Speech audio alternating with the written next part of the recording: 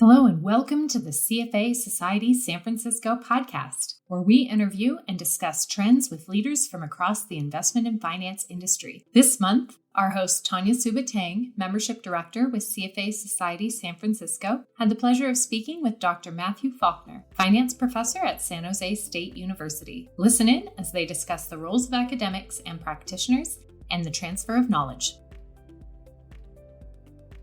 Hey, Matthew. Great seeing you today. How are you? Good, Tanya. Thank you for having me here. It's great to see you. Well, thank you for joining me today. So, Matthew, I'm really excited to get into a conversation because today we're going to talk about academics and practitioners. And obviously, as a San Jose State University assistant professor of finance, you have a little bit of knowledge behind this. So we're going to talk about knowledge transfers between the academics and practitioners. And like I said, you are an academic and occasionally a practitioner. So set the stage for our discussion for our listeners, if you please. Of course. So again, my name is Matthew. I am a trustee for the City of San Jose's pension fund is one of my practitioner works and volunteer for the CFA Institute. And then my major role is the professor of finance at San Jose State. And I'd like to take you on a bit of a journey here regarding the financial markets and how we work together. And I say, imagine a vast, tumultuous ocean. Standing next to the ocean, we'd have the academics. They're the so-called cartographers who map the currents and the winds. They theorize the best routes and methods to navigate the waters safely and efficiently. They work tirelessly. They have their data, they have models, they have simulations, and they're attempting to understand every let's call it wave, tide, whirlpool. And on the ocean, we have the practitioners. We'll call them the seasoned sailors and the captains who are out on the open sea every day. They feel the wind in their hair, the deck beneath their feet. They make split-second decisions based on the reality around them. Sometimes they follow the maps. Other times they have to alter the maps. And sometimes they have to throw the map away and rely on gut instinct honed by their experiences. So as a finance professor, practitioner combination, I kind of stand on the shore between these two worlds. Today, I'm speaking more focused from the academic side, but I'm constantly marveling at how both are so essential, yet they often find themselves speaking different languages, sometimes questioning the other's map or the reality of the sea. So I guess today, setting the stage, I want to take you on a bit of a voyage exploring these two worlds, taking the perspective of an academic, trying to understand the challenges faced between working together and leveraging the unique strengths to make better, more informed decisions to understand financial markets. Well, thank you for that. So as mentioned earlier, you are assistant professor of finance.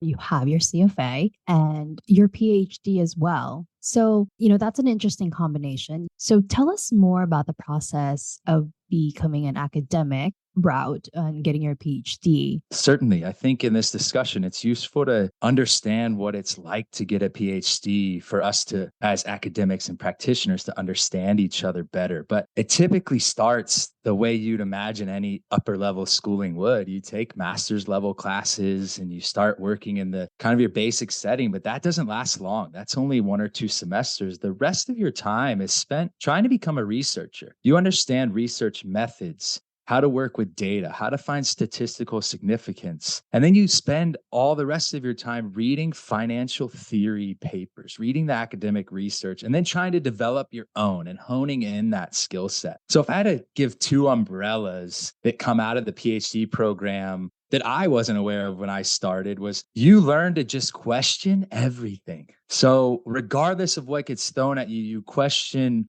what's the reason behind it? What was the theory developed? How did they test it? And then when you are doing your own research, you try to find generalizable results. So results that hold generally across the entire set of companies you may be examining. S&P 500, all publicly traded companies, or international, as opposed to trying to understand one specific situation. Wow. So, many of us have no idea what it's like getting a PhD. So that's a very thorough and thank you for sharing your experience. So now that you've taken us to the journey to better understand and kind of settings of academics and practitioners, can you kind of explain what are some of the challenges and benefits of practitioners working with academics and maybe vice versa? Yeah, certainly. I'll start with the challenges, and some of this goes into the idea of what the training was. But it's not uncommon to hear that academics sometimes are seen as too theoretical and maybe disconnected from practice. So that's always going to be a bit of a challenge, but hopefully understanding what our goal in research is will help practitioners and academics understand each other. I'd say the second challenge would be, I'll speak a little bit personally, but we tend to be inconclusive.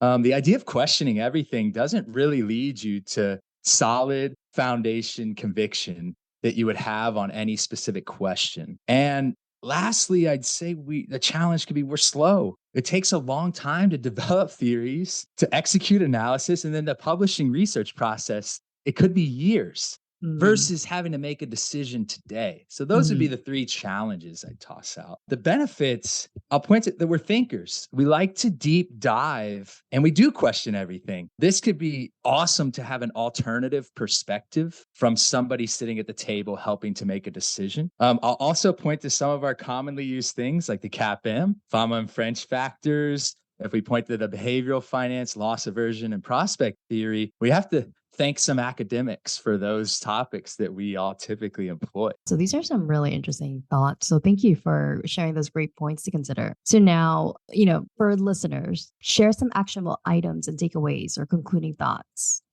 Whether you're a seasoned practitioner, academic, or even maybe a listener trying to decide which direction they'd like to go to. What can you give us? Yeah, certainly. I think that's a great question. That's a fantastic way to wrap up, is to share some actionable insights, and I'll call them food for thought as well. How can we work together?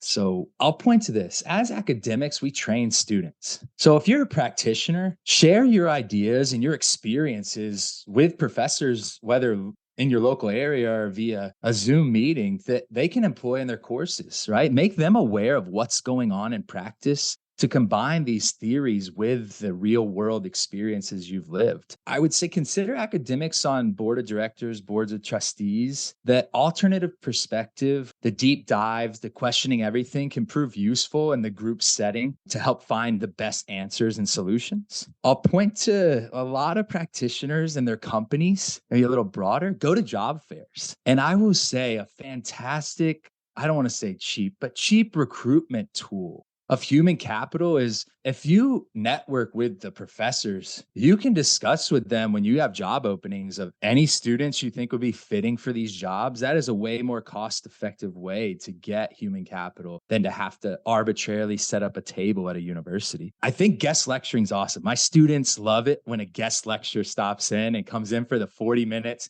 and tells their journey. Our field, the finance field, financial markets, broader economics, accounting, it's vast and at many times opaque, especially in the classroom setting for students. So share your journey. Ask the professor if you can stop by and share your experiences. It's I love having it. The students love having it. So to wrap up, maybe actionable takeaways for practitioners working with academics, consider inviting them to your picnic table. Bring them along, share the table with them, ask for some of their thoughts and insights. Obviously, if others have more thoughts, suggestions, or questions, I'm more than happy to talk about this. And I'm sure there's ways they can contact the CFA Society to find out more. Well, thank you, Matthew. Thank you for food for thought. It was really great speaking with you. Tanya, thank you for having me.